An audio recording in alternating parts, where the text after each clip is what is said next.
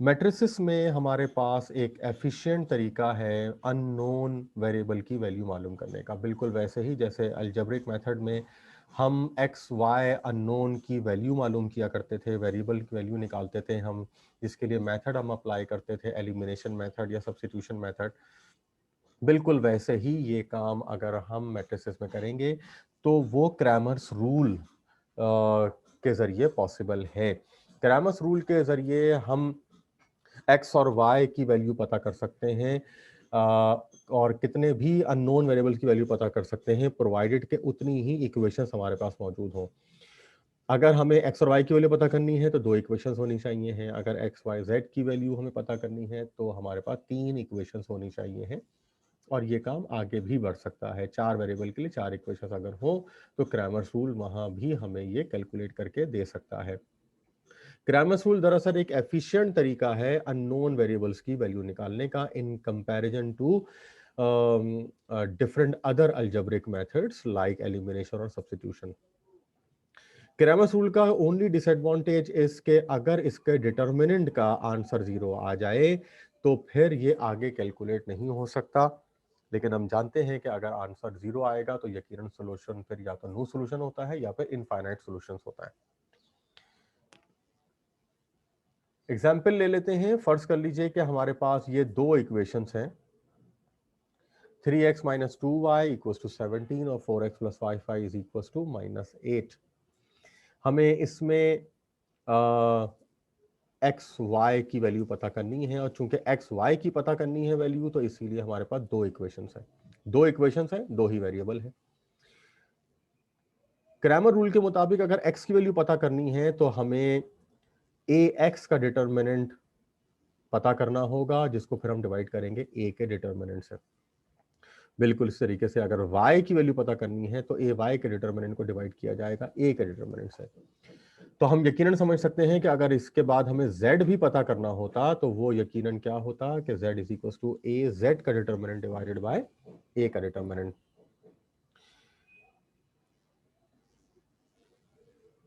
Step one में यकीनन हम सबसे पहले जो है इसको हम मैट्रिसेस में कन्वर्ट करेंगे, और मैट्रिसेस में कन्वर्ट करने के बाद फिर हम आगे बढ़ेंगे। तो लेट्स डू इट।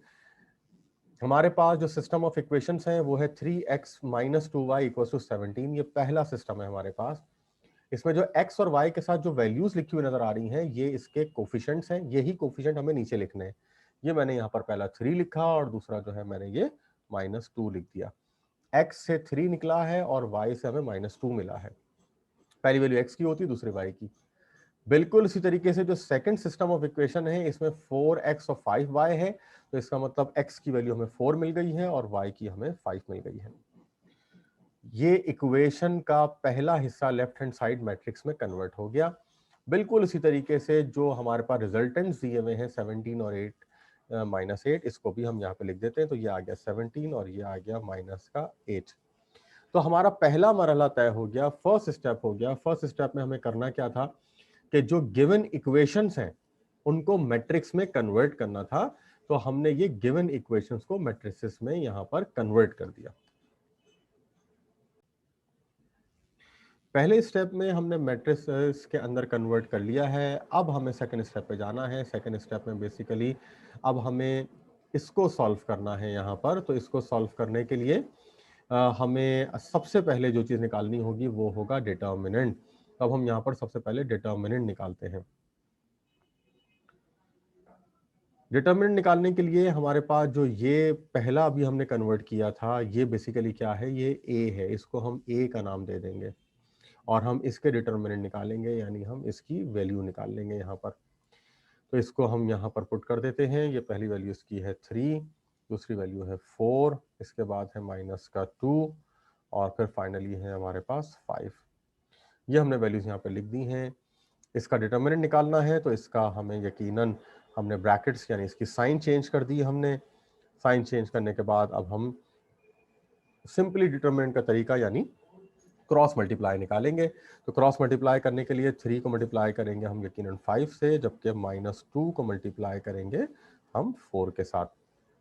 तो 3 को जब 5 से मल्टीप्लाई करेंगे तो ये आएगा 15 और -2 को जब हम मल्टीप्लाई करेंगे 4 के साथ तो ये आएगा माइनस का 8, लेकिन बाहर वाले माइनस का मल्टीप्लाई होने की वजह से ये प्लस का 8 हो जाएगा। तो फाइनल आंसर हमारे पास आएगा यकीनन 23। 23 आने का मतलब ये है कि it is not equal to 0, और यानी ये नॉन सिंगुलर हो गया है। और नॉन सिंगुलर होने का मतलब ये है कि हम आगे प्रोसीड कर सकते हैं, मींस के हम डिटरमिनेंट हमने निकाला है, और वो अब हमारे लिए ये पॉसिबल है कि हम क्रैमर्स रूल को अप्लाई कर सकें, क्योंकि क्रैमर्स रूल में अगर हमारे पास ये ए का डिटरमिनेंट ही 0 आ जाए, यानी डिनोमिनेटर 0 हो जाए, तो फिर हमें आगे का काम करने की जरूरत ही नहीं, क्योंकि फिर इसका मतलब सारी ही चीज 0 हो जाएगी। ठीक है, और यही चीज यहां हमें लिखी हुई भी नजर आ रही है कि if A is non singular, it means के अब आप ए एक्स, ए वाई, ए जेड या वट एवर जो भी निकालना है वो आप निकाल सकते हैं। लेकिन अगर ए ही सिंगुलर आ जाए, यानी ए का डिटरमिनेंट का आंसर 0 आ जाए, तो फिर अब हम आगे नहीं बढ़ सकते, हमें अब सवाल को यहीं रोक देना चाहिए, वो नॉट पॉसिबल सिचुएशन हो जाएगी। लेकिन हमारी इस करंट सिचुएशन में यकीनन अब हमारे लिए पॉसिबल है, तो अब हम आगे बढ़ जाते हैं।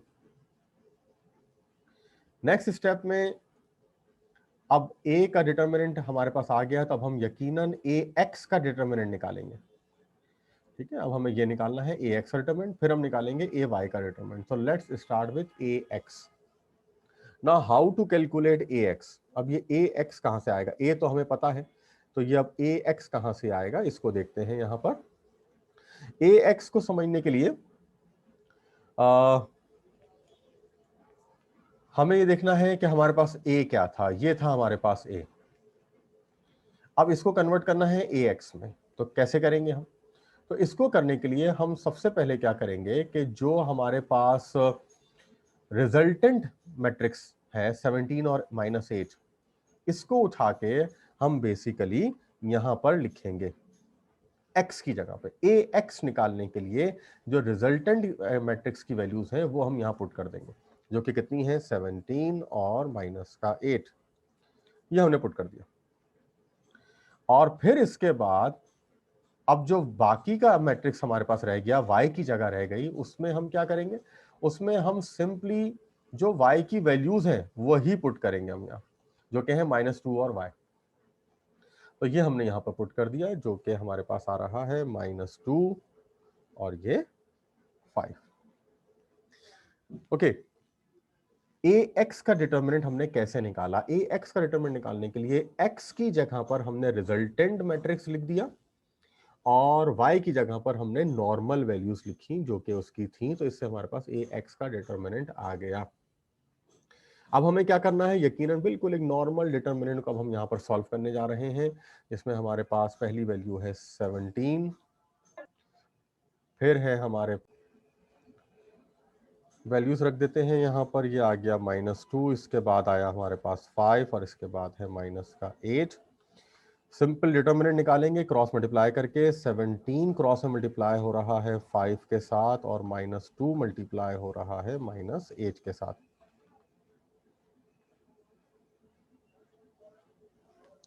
सेवनटीन जब हम 5 से मल्टीप्लाई करेंगे तो हमारे पास आएगा यकीनन 85, जबकि माइनस माइनस प्लस हो जाएगा और ये आंसर आ जाएगा 16, 8 2 16। तो दोनों को हम प्लस कर देंगे तो फाइनल आंसर हमारे पास आ जाएगा, जो कि यकीनन होगा 101। ये ए का डिटर्मिनेंट आ गया। ए के डिटर्मिनेंट के बाद अब हम y का डिटर्मिनेंट निकालेंगे। y का डिटर्मिनेंट निकालने का क्या तरीका होगा? बिल्कुल वैसे ही जैसे ए का डिटर्मिनेंट, ए एक्स का डिटर्मिनेंट हमने निकाला, उसमें हमने क्या किया था, x की जगह पर रिजल्टेंट रखा था।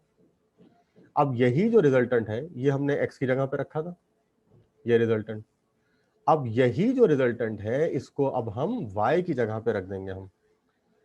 सेम 17 और -8 ये हमारे पास यहां आ जाएगा, तो इसको अब हम y की जगह पे रख देंगे 17 और -8।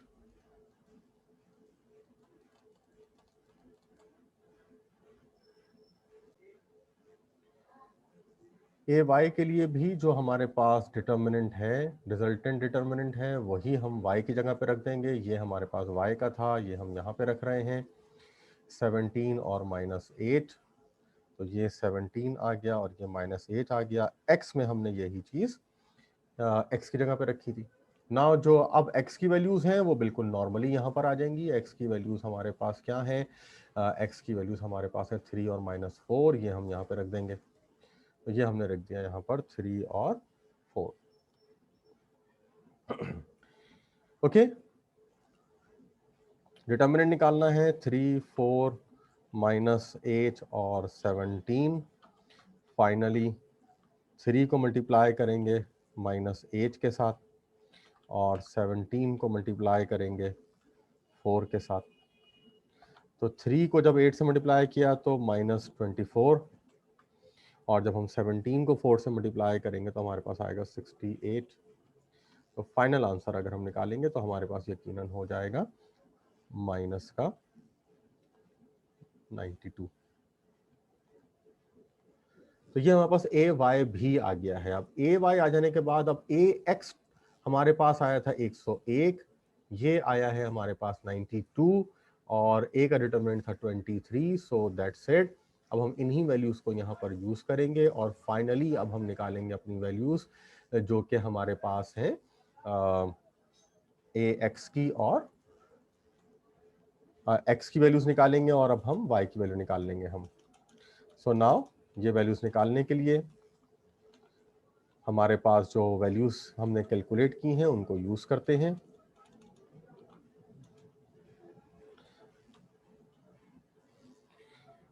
ए का डिटरमिनेंट आया हुआ था हमारे पास 23, तो ये हमने यहाँ लिख दिया 23 दोनों जगह के ऊपर।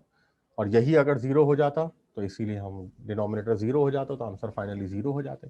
तो इसीलिए अगर पहले ही ए का डिटरमिनेंट जीरो आ जाए तो हम उसको नॉट पॉसिबल कर देते हैं, बजाय इसके कि हम ए एक्स और ए वाई कैलकुलेट करें।